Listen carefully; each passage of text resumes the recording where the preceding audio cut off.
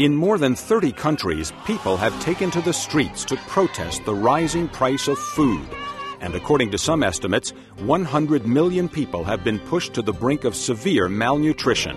The reasons for this crisis are complex. Coming up on Great Decisions. In a democracy, agreement is not essential, but participation is. Join us as we discuss today's most critical global issues. Join us for Great Decisions. Great Decisions is produced by the Foreign Policy Association, inspiring Americans to learn more about the world. Funding for Great Decisions is provided by the Star Foundation. Great Decisions is produced in association with the University of Delaware. In Egypt, army units are baking bread for the poor. Kazakhstan is hoarding sunflower seeds.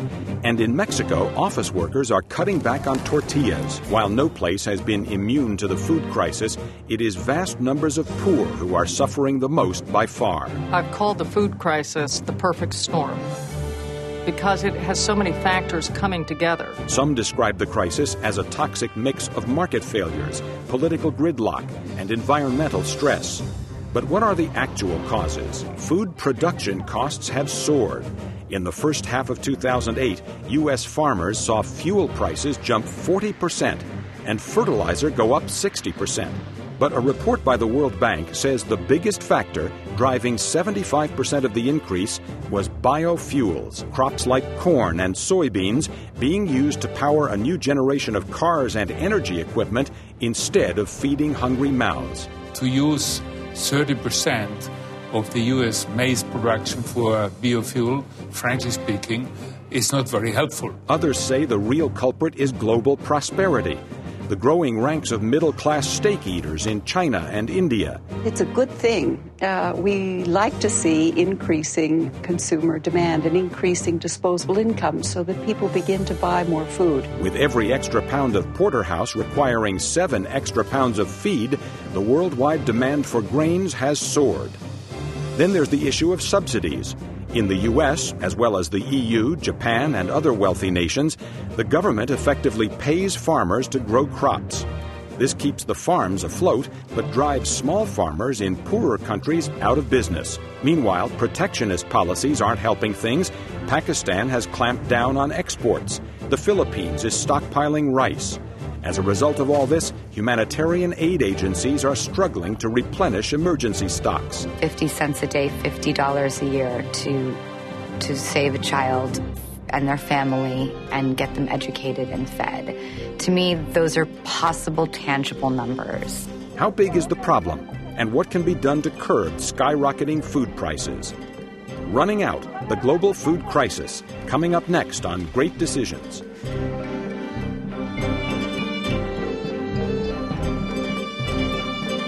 Now from our studios, here is Ralph Begleiter. Welcome to Great Decisions. I'm Ralph Begleiter. Joining us today to discuss the global food crisis are Lester Brown, president of the Earth Policy Institute, and Professor Joachim von Braun, Director General of the International Food Policy Research Institute. Gentlemen, welcome to you both. Unfortunately, food crisis issues, malnutrition, poverty have been with us for a very, very long time. Can you kind of characterize the state of the world these days with regard to the food crisis, Lester? Well, for some decades after World War II, indeed up until the last few years, the number of hungry people in the world was declining. Now it's turned up, and it's projected to go up even further. We're facing what some have referred to as a perfect storm in the world food economy. On the demand side, we're continuing to add 70 million people a year. You don't have to be an agronomist to know if you do that long enough, you'll eventually be in trouble. We have probably close to 4 billion people in the world trying to move up the food chain, consuming more grain-intensive livestock products. And we have, in the United States, a massive increase in the conversion of grain into fuel for cars. In the 2008 harvest of roughly 400 million tons, over 100 million will be going to fuel for cars. In the U.S.? In the U.S., which is about 5% of the world grain harvest. So it's an important diversion.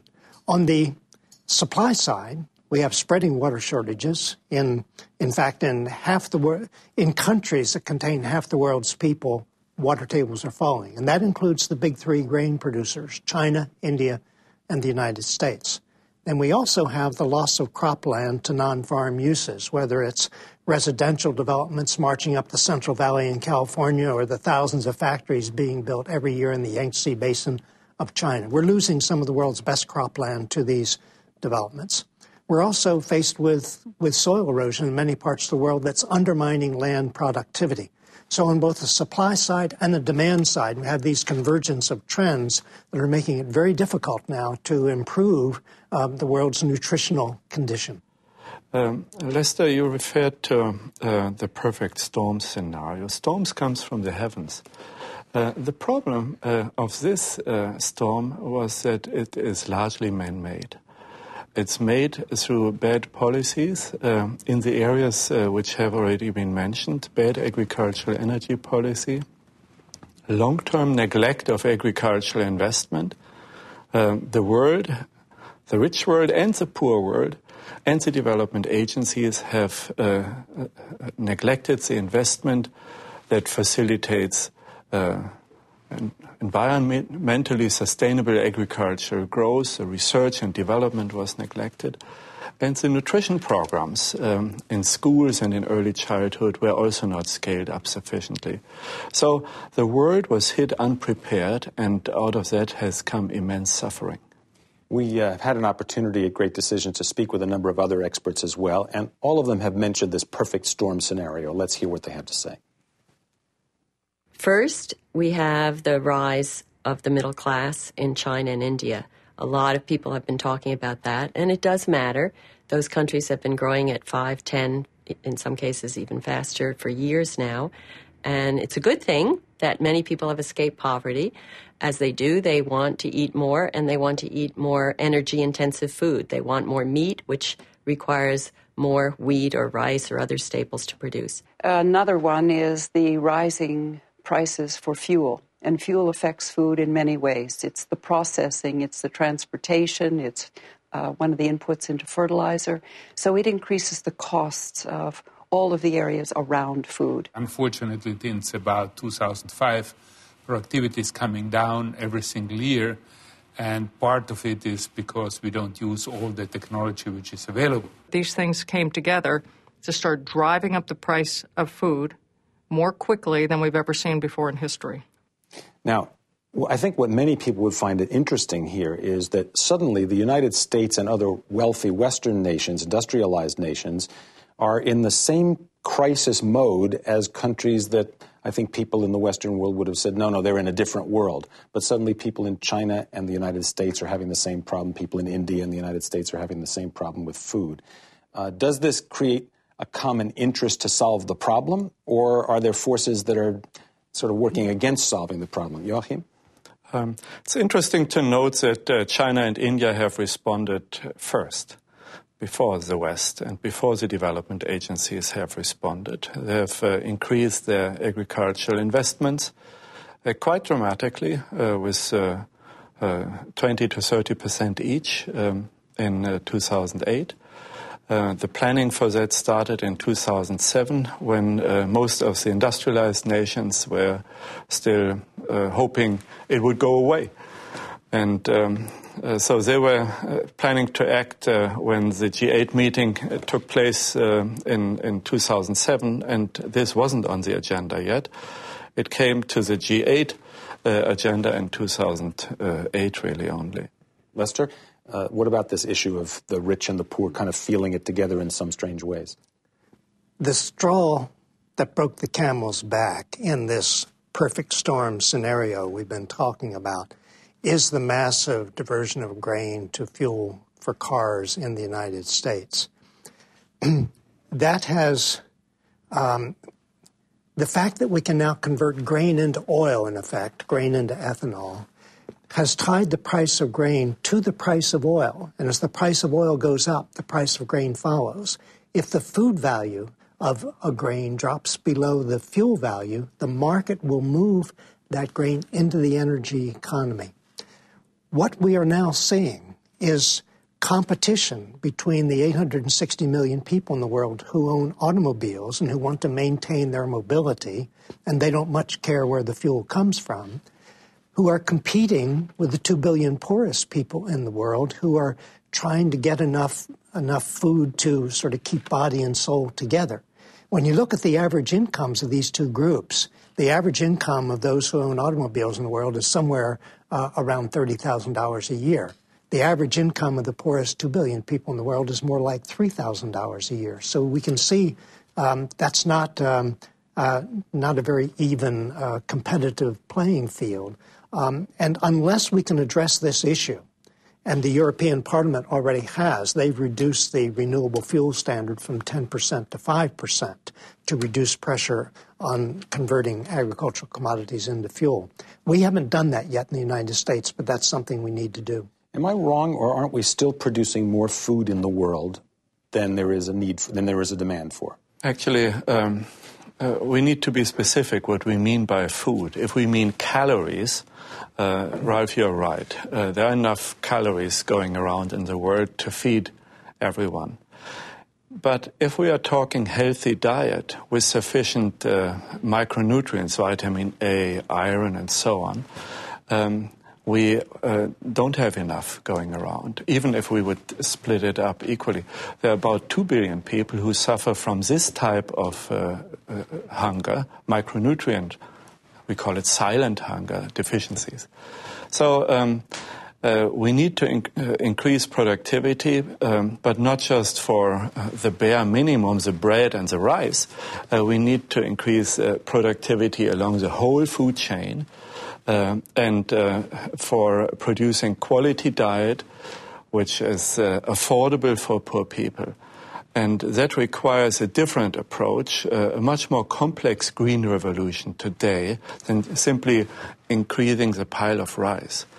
We don't have the right instruments in place for that at this stage. The research and development investments of private and public sector are too small. You know, both of you have talked about market forces in the last few minutes, and that puzzles me a little bit. I mean, people used to say, well, the market will solve these problems. If there's more food, it'll go to places that need the food, so on and so forth. But the market seems to be actually acting perversely in this situation. It's exacerbating the problem rather than helping it.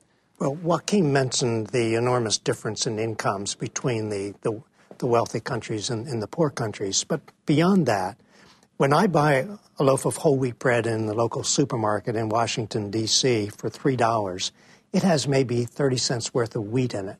If the price of wheat doubles, the loaf goes up to $3.30. I may complain, but it doesn't threaten my survival. But if you live in India or Pakistan and you buy wheat in the market as wheat, bring it home and grind it into flour and make chapatis, if the price of wheat doubles, your food price doubles. So we're insulated by a lot of processing and in between things, but people in developing countries are not. They buy rice as rice and wheat as wheat, corn as corn or cornmeal. The other thing to keep in mind, just to sort of bring the food versus fuel thing down to the micro level, the grain required to fill one SUV tank, 25-gallon tank, with ethanol will feed one person for a year. So this is a major new stress and source of demand, a new claim on the world's land and water resources that I think we're going to have to deal with. Now, both of you have talked about the fact that people at the lowest end of the spectrum suffer the most from all this. We talked about that with some of our other experts at Great Decisions as well. Let's hear what they have to say. In the U.S., on average, people spend perhaps 10% of all their income on food.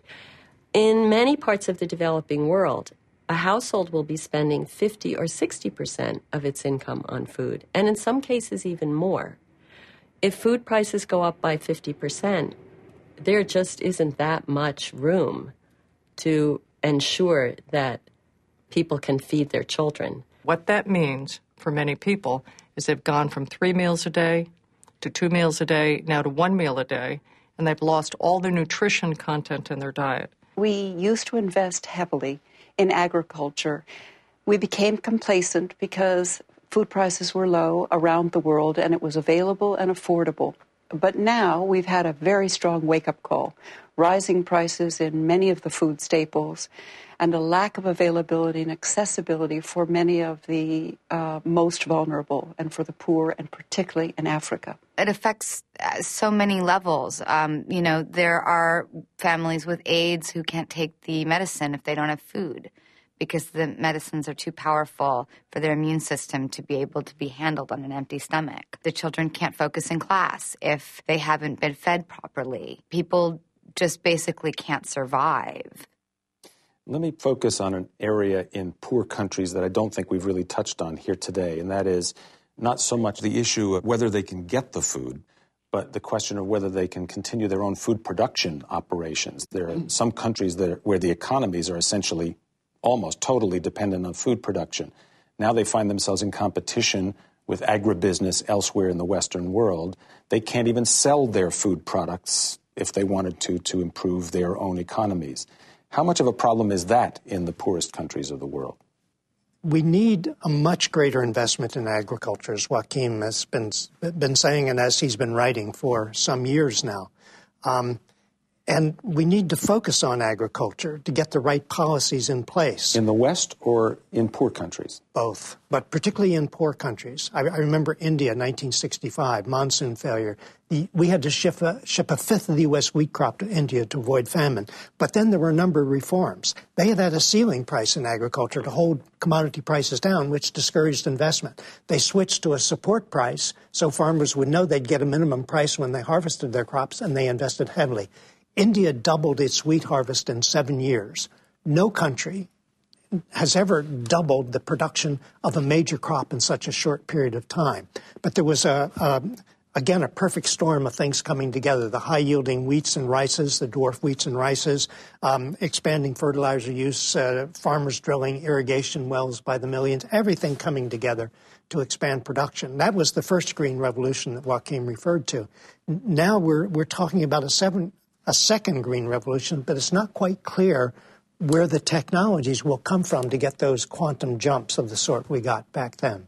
Joachim, are poor countries going to be able to invest in the kind of technology, agriculture technology that they need, and then are they going to be able to sell their products? You see, the great decision which is really necessary is in poor countries to focus a lot more on agriculture and on nutrition. The same as was mentioned by Henrietta Fore in her statement, the development aid agencies have to come back to that agenda or move forward to that agenda. And that is no miracle to move in that direction. It takes about 10% of budget of government budgets in order to accelerate agriculture growth. It takes about $14 billion a year of international development aid. $14 billion sounds like a big number, but compared to any other expenditures, which the U.S. or any industrialized nation spends. So that's needed in order to avoid what Josette Chiron said, to get out of this vicious cycle of smaller and smaller and less healthy diets. The developing countries, especially Africa, have shown some progress, actually, with agricultural productivity growth in the years 2007 and 2008. African agriculture grew by 5%, 6%, 7% over the last 3 years. It came up. So we have to let these incentives work. Public investment has to come and accelerate the agricultural growth, and we need a dual strategy. We all have simultaneously to facilitate the improved nutrition program. So it's not only agriculture which is needed to grow us out of the crisis, but it is also the public investments in health and nutrition. I just want to touch again on a point both of you have made already, and that is the competition between environmental issues and food prices issues. For the first time, really, I guess we're seeing those things working at cross purposes with one another. Is that going to make it harder in the West to persuade people that, no, they shouldn't use a bushel of grain to fuel their SUV, and that they should focus on food issues rather than on energy issues? Well, we need to focus on energy issues to get carbon emissions down, because climate change is one of the wild card in the food security deck, and it's very difficult to anticipate. But the idea that there's competition between meeting environmental goals and meeting food and nutrition goals is not real. If we can't protect agriculture's support systems, soils and aquifers and grasslands and so forth, then we won't be able to reach our nutrition goal. Let's talk about solutions a little bit. If the crisis is worse than ever, who does hold the key for this, solving the problem of food for the people and the poorest nations who can't do it for themselves? Let's hear what some of our experts have to say about that. I think that it is in the West, and particularly in the U.S., that we have the capability, the entrepreneurial capability and the technological capability to find better ways to produce more food more quickly. We've also been working with a number of the research institutions around the world to get more nutritious foods out. So cassava is one, and we've been working on drought-resistant corn and wheat. We've been looking at ways to reduce wheat stem rust, and all of these are part of a global solution. In our case, we are working with 600,000 farmers all over the world directly, bringing them know-how, bringing them technical assistance, bringing them microcredit. You know, we're really attacking this from a fundraising perspective. We're raising money in all of our restaurants. We're attacking it from building an awareness of the issue perspective. When you think about just the visibility we have with our customer base around the world with 35,000 restaurants, we're bringing awareness to an issue that needs to be solved. We know how to end global hunger. And so we're really spending full time to try to bring together an alliance that can unite together to say hunger is out of business. Josette Sheeran said, we know how to end global hunger. That seems so obvious, and Jeffrey Sachs is sort of famous for having said, you know, we could solve this problem. It won't take that much. Joachim, you talked about $14 billion in one case. Extra every year until 2015 in order to cut hunger in half. Doesn't solve the problem, at least cuts it in half. Is it reasonable to say to the West, you've got the money, you've got the scientific expertise, you've got the business expertise. Can that solve the problem? No. I think we need a few more ingredients. Should the UN take this issue over, or what do you mean by global? It has.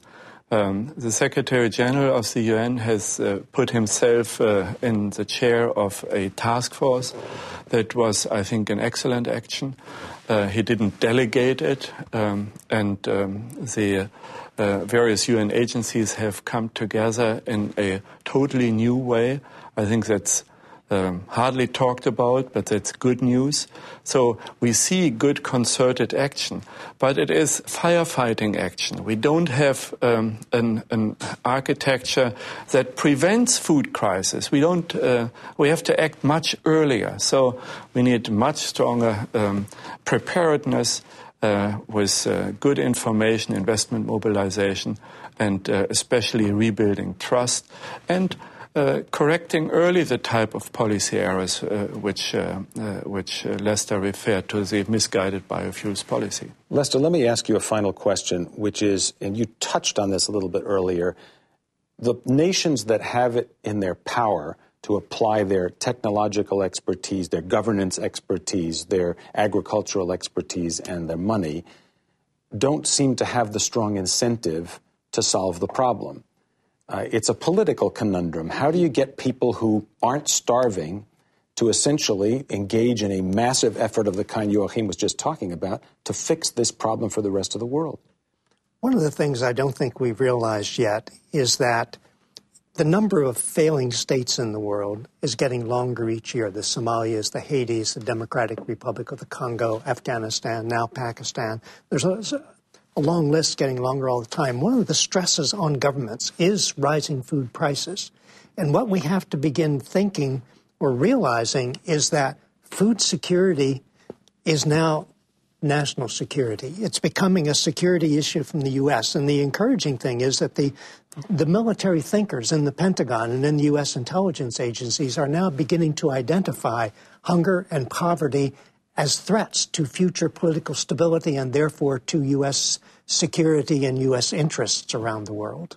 Lester Brown, president and founder of the Earth Policy Institute in Washington and founder of the World Watch Institute, and Joachim von Braun, the Director General of the International Food Policy Research Institute in Washington, previously director of a research center at the University of Bonn in Germany. Thank you both for being with us. Thank you, Ralph. And thank you as well for joining us on Great Decisions. We'll see you next time. I'm Ralph Begleiter. To learn more about topics discussed on Great Decisions, visit our website at www.greatdecisions.tv. To order a copy of the Great Decisions Briefing Book, a DVD set of this series, or join a Great Decisions discussion group in your area, contact the Foreign Policy Association. Funding for Great Decisions is provided by the Star Foundation. Great Decisions is produced in association with the University of Delaware. Next time on Great Decisions, the soaring price of oil has forced unquestionable changes on the U.S. economy. Americans are behaving differently. They're driving and flying less. They're investing in green and renewable energy technology. But can we really change the way we power our lives anytime soon? Next time on Great Decisions.